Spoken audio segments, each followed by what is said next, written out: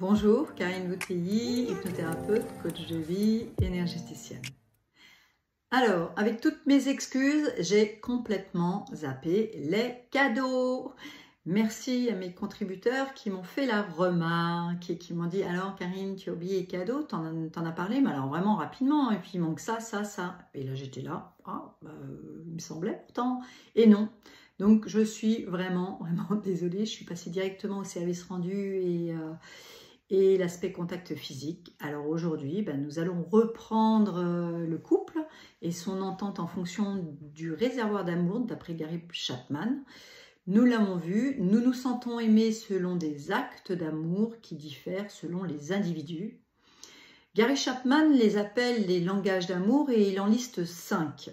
Les paroles valorisantes, les moments de qualité, les cadeaux, les services rendus et les contacts physiques. Alors, du coup, nous avons vu les paroles valorisantes, nous avons vu les moments de qualité. La dernière vidéo parlait donc des services rendus et des contacts physiques et j'ai oublié les cadeaux. Alors aujourd'hui, nous allons parler des cadeaux plus en détail. Alors, les cadeaux, c'est quoi ?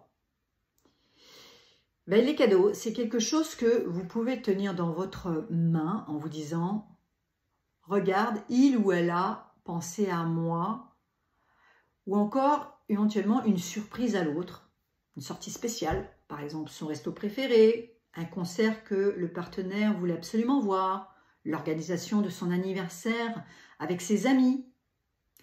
Bref, le principal, c'est que le cadeau réponde au goût de celui à qui l'on l'offre. Donc les cadeaux, vous l'avez compris, peuvent être de tailles différentes, de couleurs, de formes peut-être, onéreux ou pas, qu'importe.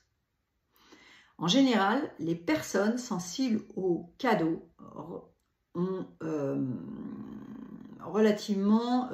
regardent pas le prix payé, sauf peut-être s'ils jurent avec les moyens financiers de l'autre, mais en général, ce n'est pas ça qui compte le plus. Évidemment, si un millionnaire offre régulièrement des cadeaux peu coûteux, il pourra passer pour un radin proche de ses sous et son conjoint pourra se demander réellement s'il l'aime. Bon, c'est une petite aparté. Mais pour une personne qui a peu de ressources ou que ses ressources sont limitées, un cadeau de quelques euros peut exprimer des millions d'euros d'amour. Les cadeaux peuvent être aussi trouvés, confectionnés. Ce peut être des petits mots tous les jours, ce peut être une fleur ramassée ou offerte de temps en temps. Bien évidemment, un cadeau acheté, même s'il est plutôt peu onéreux, c'est vraiment un gage d'amour. Donc ceux qui n'ont pas l'habitude de dépenser de l'argent, il va falloir passer les barrières émotionnelles par rapport à ça. Dites-vous qu'il n'y a pas de mauvaise dépense et que vous investissez dans votre couple à long terme. Bon, si vous n'avez aucun souci à dépenser pour l'autre, faire un cadeau qui lui plaît, évidemment, et non pas à vous. Ok ? Dites-vous que vous remplissez ainsi le réservoir d'amour de votre partenaire quand vous lui faites un cadeau qui lui correspond vraiment, si c'est son langage d'amour. Et tous ces petits cadeaux ne peuvent qu'accroître cet amour entre vous. Il y a aussi un cadeau qu'on mésestime ou qu'on oublie. C'est un cadeau gratuit, mais qui est très très estimé pour celui qui est sujet ou sensible au cadeau. C'est le don de soi, de sa présence à l'autre quand il a besoin de vous. Ça, c'est un cadeau inestimable. Être là au bon moment est essentiel pour remplir le réservoir d'amour de l'autre. Et dans la vie, il y a quand même des moments très importants. La naissance d'un enfant, le deuil d'une personne aimée, la maladie, les opérations, les coups durs de la vie, les licenciements, bref, que sais-je.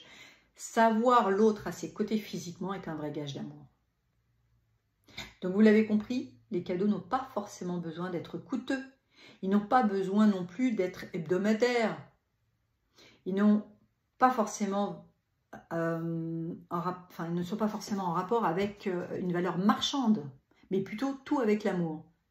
Par contre, surtout, ne faites pas un cadeau pour faire un cadeau.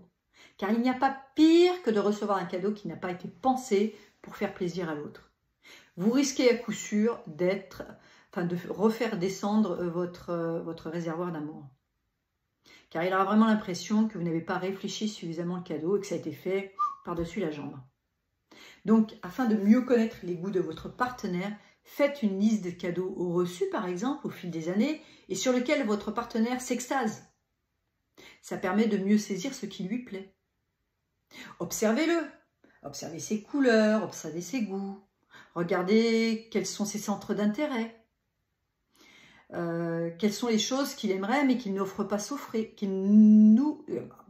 excusez-moi, je bug, qu'il n'ose pas s'offrir. Il y a plein de façons. Et puis après, tout simplement, vous pouvez lui demander de faire une liste. Tiens, chérie, est-ce que tu peux me faire une liste de tout ce que tu aimerais, que tu n'as jamais osé t'offrir, que ce soit du moins cher au plus cher. D'accord? Et puis ainsi, ça vous donne quand même des idées. Voilà. Donc nous clôturons sur les cadeaux et sur ces 5 langages d'amour de Gary Chapman, que je trouve très intéressant personnellement pour l'avoir mis en pratique et continuer à le mettre en pratique en couple, mais aussi avec les amis.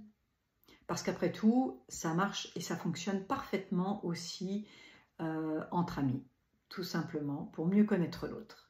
Je vous remercie de votre écoute et de votre suivi. Merci à ceux qui m'ont dit que j'avais oublié une partie quand même de ces langages d'amour. Je vous dis à la semaine prochaine. Très belle semaine à vous et expérimentez. Merci.